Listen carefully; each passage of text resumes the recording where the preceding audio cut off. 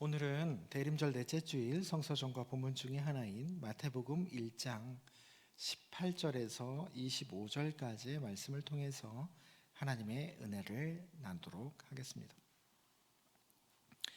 대림절 넷째 주일의 주제는 첫째 주일의 주제는 뭐였나요? 대림절 매년 똑같습니다. 첫째 주일의 주제는 소망, 둘째 주일은 평화, 셋째 주일은 기쁨, 넷째 주일은 뭐겠습니까? 사랑입니다. 기독교는 사랑의 종교라고들 하죠. 그렇다면 성경이 또 그리스도교가 말하는 그 사랑은 과연 무엇이냐? 오늘 말씀을 통해서 우리에게 이것이 조금 더 깊이 전달되기를 소망합니다. 오늘 본문은 수태고지이죠. 이 수태고지, 어넌시에이션은 신앙적으로 상당히 중요한 주제입니다. 그래서 많은 예술가들이 이 수태고지에 영감을 받아서 적지 않은 작품을 만들었습니다. 그래서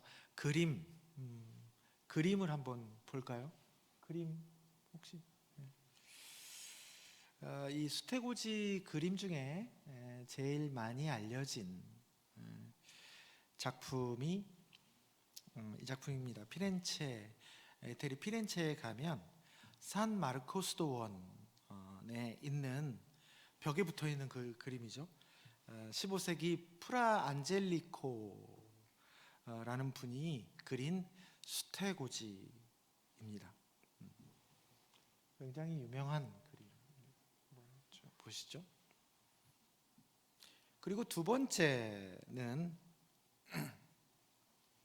역시 피렌체 우피치 미술관에 있는 시모네 마르티니의 14세기의 작품이 있습니다. 또 뭐 보시죠. 그리고 세 번째, 이 작품은 비교적 현대 작가라고 할 수 있죠. 제가 참 좋아하는 수태고지 작품이기도 합니다. 엘리베이터 올라오면서 여러분 보시기도 하셨을 그런 작품입니다. 헨리 오사와 터너의 작품입니다. 천사를 뭘로 묘사했죠? 빛으로 묘사했어요. 사연이 굉장히 많은 작품입니다. 이 외에도 레오나르도 다빈치의 수태고지도 있고요. 그런데 어쨌든 이 세 작품의 공통점이라고 할 수 있는 건 뭘까요, 여러분? 첫 번째, 두 번째, 세 번째 작품의 공통점이라고 할 수 있는 건 뭘까요?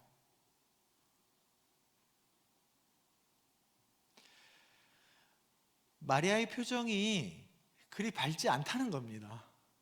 수태고지는 엄청나게 복된 거죠. 그런데 마리아의 표정이 그렇게 밝지 않아요. 소위 말하면 썩소라고 하죠. 우리가 본 그림 중에 두 번째 그림을 클로즈업 해가지고 그 다음 마리아의 표정만 이렇게 클로즈업 했는데 보십시오. 완전 썩소죠. 썩소입니다. 이제 돌아가 주시면 되겠습니다.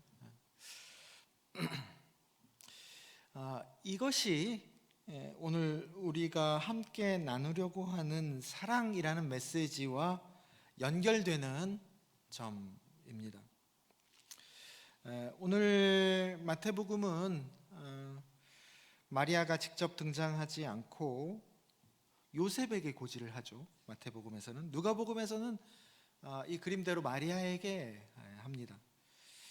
근데 말이 좋아서 성령으로 잉태된 거지, 여러분 그걸 누가 믿어줘요? 그렇죠? 마리아의 입장에서는 점점 이제 배가 불러올 것이고 그것이 금지된 장난을 한 것으로 분명 사람들은 알 테고, 그건 그 당시에 곧 죽음을 의미했습니다.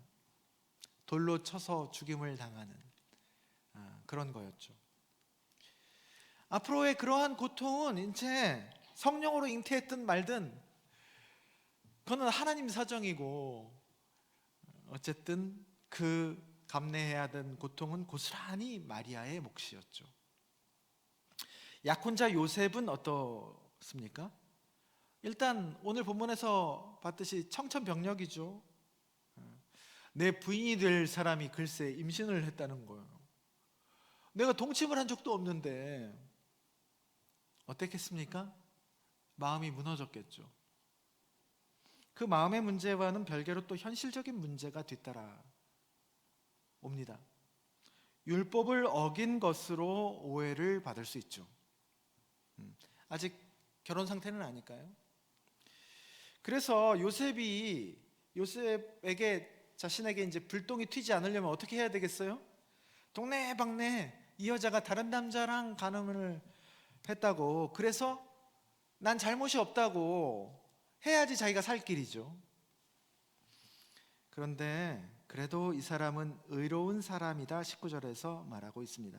여기서 말하는 의로운 사람은 몇 주 전에도 우리가 언급했지만 미시파트의 정의, 옳고 그름, 사법적인 탁 자르는 정의 라기보다는, 그런 의로운 사람이라기보다는 ጼ다카의 정의, 즉 그것도 정의로움이지만 미시파트하고는 다릅니다. 자비의 바탕을 둔 정의의 사람이었죠. 맥락을 이해하는 겁니다. 그런 사람이었다라는 의미에 더 가깝습니다.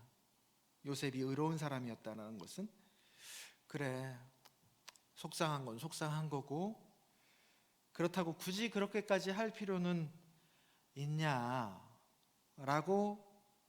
했던지 19절에 보면 요셉은 그것을 드러내지 않고 가만히 끊고자 했다. 여러분, 이것만 해도 참 대단한 거죠. 참 훌륭한 인품의 소유자입니다.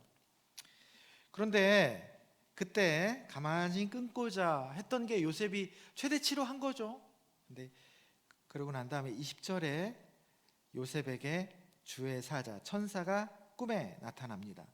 20절부터 23절까지를 한 목소리로 읽겠습니다. 이 일을 생각할 때 주의 사자가 현몽하여 이르되, 다윗의 자손 요셉아, 네 아내 마리아 데려오기를 무서워하지 말라. 그에게 잉태된 자는 성령으로 된 것이라. 아들을 낳으리니 이름을 예수라 하라. 이는 그가 자기 백성을 그들의 죄에서 구원할 자이심이라 하니라. 이 모든 일이 된 것은 주께서 선지자로 하신 말씀을 이루려 하심이니, 이르시되 보라, 처녀가 잉태하여 아들을 낳을 것이요 그의 이름은 임마누엘이라 하리라 하셨으니, 이를 번역한즉 하나님이 우리와 함께 계시다. 그 속상하고 억울하고 하늘이 무너지는 일 이면에 있는 하나님의 뜻과 계획을 꿈에서 천사가 와서 말해주는 거죠. 마리아는 성령으로 잉태된 것이다.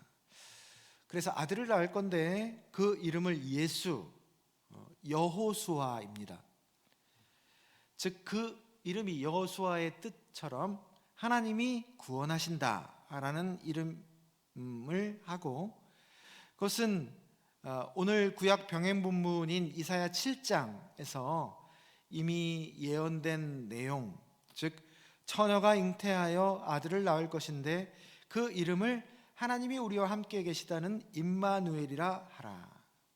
다시 말하면 너에게는 갑작스러운 일이겠지만 이건 오래전부터 계획한 하나님의 일인 것이다 라고 주의 사자가 꿈에서 요셉에게 말하는 겁니다. 여러분, 이 말씀을 듣고 요셉의 마음, 또 이 요셉의 표정은 어땠을까? 아, 내가 궁금했는데 이제 마음이 가벼워졌어. 천사가 그렇게 얘기해 주니까 마음이 가벼워졌어. 그랬을까요? 마리아의 아까 그림과 마찬가지가 아니었을까? 썩소. 야, 이게 진짜구나. 하나님의 일이라면 이게 진짜구나. 그냥 마리아의 일탈인 줄 알았더니 더 무겁게 다가왔겠죠. 아, 그런데 이제 마리아처럼 앞길이 내가 감당해야 할 몫이 가시밭길이구나. 고통이라는 현실은 고스란히 감수해야 되는 그런 문제입니다. 24절, 요셉이 잠에서 깨어 일어나서 주의 사자의 분부대로 행하여 가만히 끊고자 했던 그 마리아를 데려오죠. 그리고 아들을 낳기까지 동침하지 않습니다. 그리고 아들을 낳고 들었던 그 말씀대로 그 이름을 예수라고 하죠. 오늘 모든 일상과 행동 하나하나에 숨겨진 요셉의 마음은 우리가 구체적으로 성경에서 묘사하지 않았어도 가히 짐작할 수 있습니다. 여러분, 성경에서 말하고 있는 하나님의 사랑, 또 그 진실된 사랑은 우리가 보통 사랑의 색깔로 하면 핑크빛을 떠오르죠. 핑크빛 사랑, 달달한 사랑이 아닙니다.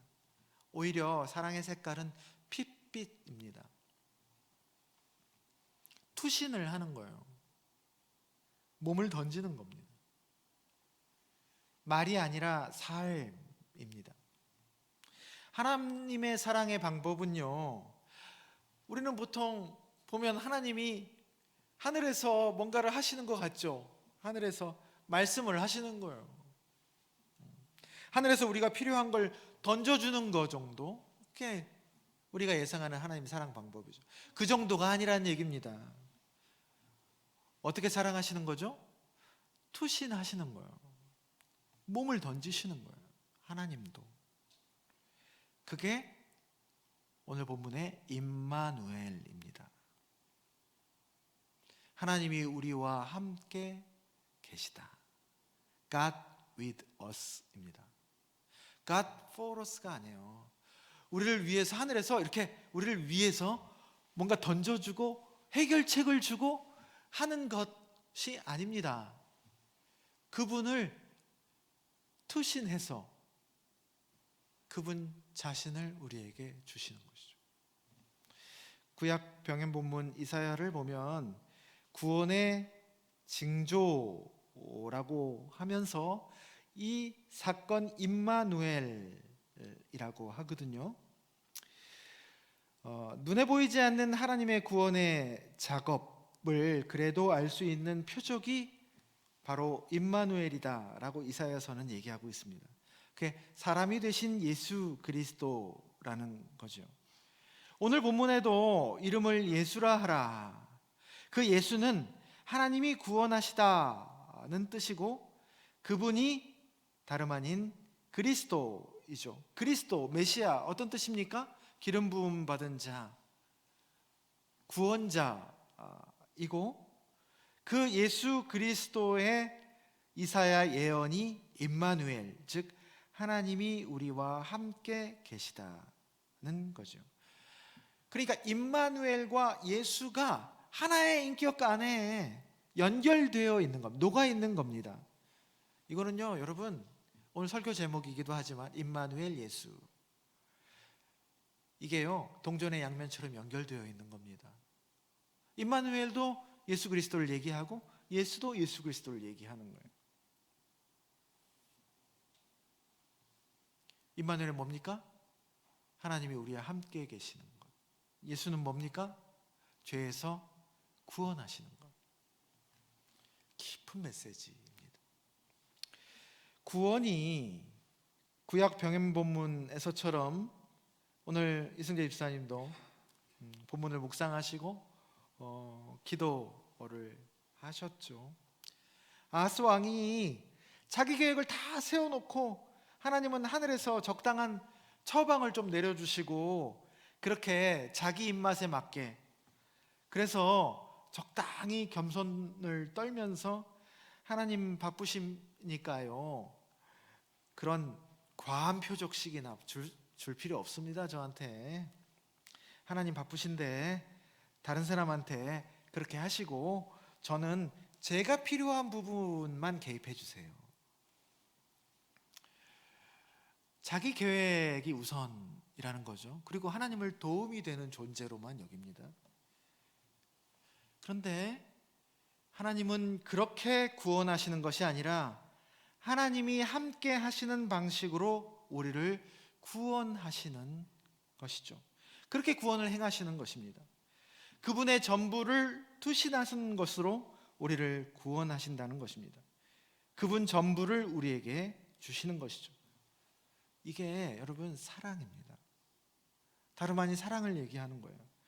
하나님의 구원은 그래서 사랑입니다. 하나님의 구원은 다른 걸 하자는 게 아니에요. 문제 해결이 아닙니다. 뭐 하자는 거예요? 하나님의 구원은 사랑하자는 거예요.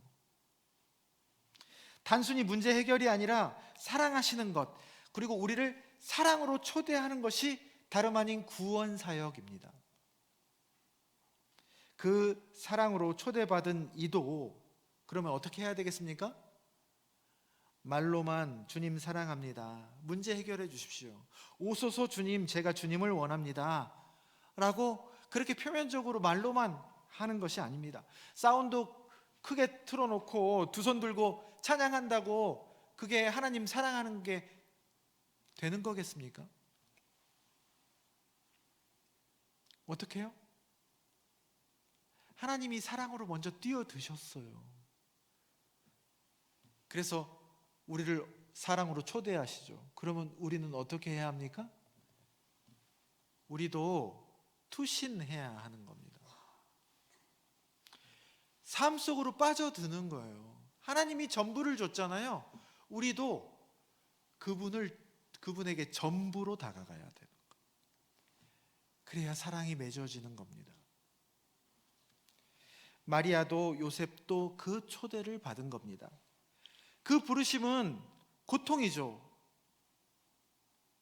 삶의 고통입니다. 그러나 표면적으로는 삶의 고통이지만 사실은 뭐냐? 사랑으로의 초대입니다. 그래서 아베 마리아 알죠? 네, 스테고지 마리아에 관련된 아주 중요한 얘기죠. 라틴어로 아베 마리아. 은총이 가득한 이여 기뻐하소서, 주께서 당신과 함께 계십니다 라고 천사가 마리아에게 얘기한 것을 우리는 노래로 지어 부르죠. 아베 마리아. 말씀이 내 안에 들어옴으로써 나는 이제 그 주님의 현존인 그 말씀과 함께 삶을 살아나가는 겁니다. 그건 고통입니다. 말씀이 내게 들어온 이상 그 다음부터는 고통입니다. 사랑을 받아들여서, 그렇지 않아도 삶이 고통인데 그 주님의 사랑을 받아들여서 더한 고통으로 내가 들어온 것이죠. 그러나 오늘 수태고제의 사건처럼 그것은 고통이지만 더할 나위 없는 복입니다. 그게 사랑입니다. 그 사랑의 관계에 투신함으로써 사람은 다른 곳으로 구원을 받는 것이 아니라 그 관계로서 구원을 받는 겁니다. 사랑이자 구원입니다. 내가 그 사랑 안에서 생명으로 변하는 거예요. 굳어진 곳이 부드러워지고, 닫혀진 곳이 열리고, 모난 곳이 둥그러지고, 불안이 신뢰로, 원망이 감사로, 두려움과 슬픔이 기쁨으로 옮겨가게 되는 것이죠. 그게 투신했을 때, 투신하신 하나님께 내가 투신했을 때 고통이지만 사실은 구원인 그 과정에서 이루어내는 구원의 모습들입니다. 여러분, 이것은 엄청난 얘기가 아닙니다. 엄청난 얘기를 하는 것이 아니라 가만 보면 우리가 늘 익숙한 그런 진실입니다. 멀리 떨어져 있는 이는 좋은 말 할 수 있죠. 동정심도 막 이렇게 하면서 눈물을 지을 수도 있습니다. 그리고 반대로 지적과 비판을 할 수도 있는 거예요. 멀리 떨어져가지고 아이고 이렇네, 아이고 저렇네 그러면서. 근데 여러분, 사랑은 누가 합니까? 뭐라고 해도 함께 있는 사람이 하는 거예요. 거칠거칠하죠. 함께 있으니까 부딪히기도 많이 부딪히고 상처도 주고 받고 하죠. 그러나 그게 사랑입니다. 말이 아니라 삶이죠. 그 몸의 일, 삶을 통해 사람은 변화하는 겁니다. 교회 공동체를 여러분 왜 주셨을까요? 하나님과 1대1로 관계하면 되지. 왜 주셨을까요? 부대끼라고 주신 거예요. 부대끼라고. 몸으로, 삶으로 직접 부딪히라고 주신 겁니다. 그래서 사랑하라고. 그것이 서로에게 구원이 되니까 주신 것이죠. 대림절 독서 모임 엔도슈아쿠의 소설 침묵으로 했는데 지난 목요일에 이제 끝났죠. 소설의 제목처럼 하나님은 늘 침묵하셔. 안 계신 것 같아. 맨 마지막 구절에 그 소설의 맨 마지막 부분, 그 배교한 그 로드리고 신부가 그렇게 말합니다. 우리가 읽은 개신교 홍성사 버전은 그 마지막 구절을 조금 아쉽게 번역했는데 그 가톨릭에서도 바오로딸에서 나온 버전은 엔도슈아쿠가 다른 책에서 마지막 구절의 의도는 그런 거다라고 그 의도를 잘 담아서 번역했습니다. 이게 마지막 부분입니다. 그분은 침묵하고 있었던 게 아니다. 설령 그분은 침묵하고 있었다 해도 나의 오늘날까지의 인생이 그분에 대해 얘기하고 있으니까 로 끝맺습니다. 침묵하는 것 같죠. 그런데 침묵하는 게 아니라 그 사람의 삶과 한 치의 오차도 없이 그분의 삶을 통해서 말하고 있었다. 그분은 말없이 순교한 이들, 배교한 이들까지도 함께 삶을 빚어가시면서 그 삶의 모습으로 말씀하고 계셨던 겁니다. 그래서 여러분, 한 사람의 삶, 또 내 삶, 또 그의 삶을 자세히 들여다보면 그분의 현존과 발자취가 또 말씀이 보인다는 것이죠. 여러분, 말이 아닙니다. 복음은. 사랑은 누구에게 애써 말할 필요도 또 증명할 필요도 없습니다. 그래서 남들이 배교자라고 뭐라고 할 수도 있죠. 그런데 거기서 그러거든요. 로드리고 신부가 남들이 날 배교자라고 할지라도 난 주님을 사랑한다. 그거면 되는 거다. 네가 나를 사랑하느냐? 베드로에게 묻죠. 네, 제가 주님을 사랑하는 걸 줄 주께서 아시나이다. 주님이, 내가 사랑하는 걸 주님이 알아주시면 되는 거예요. 그리고 삶을 살아나가는 것이죠. 그거 하나 가지고 묵묵히 살아가는 겁니다. 하나님도 그러시거든요. 하나님도 출애굽기 3장에 모세가 하나님의 이름을 물어봤을 때 뭐라고 대답하시죠? 나는 스스로 있는 자니라 라고 하죠. 그래서 우리는 그거를 나는 나다라고까지 우리는 이해를 하지만 사실 히브리어 원어는 그런 의미입니다. 지금까지 행해왔던 내가 바로 나다라는 의미입니다. 그 말은 좀 더 쉽게 얘기하면 뭐죠? 나야, 나라고. 몰라? 그 이름이 필요하냐? 설명이 필요해? 네 삶, 내 삶이지.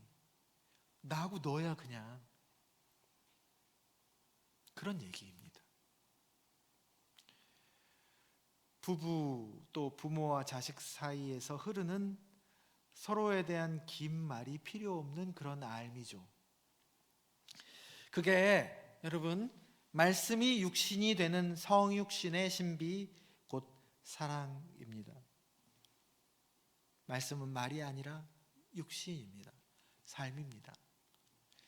사랑하는 나전동산교회 성도 여러분, 오늘 본문의 임마누엘, 또 예수, 그 함께 하심과 구원하심, 또 마리아의 순종과 요셉의 수용, 이걸 하나하나 다 떼어보면 고통이죠.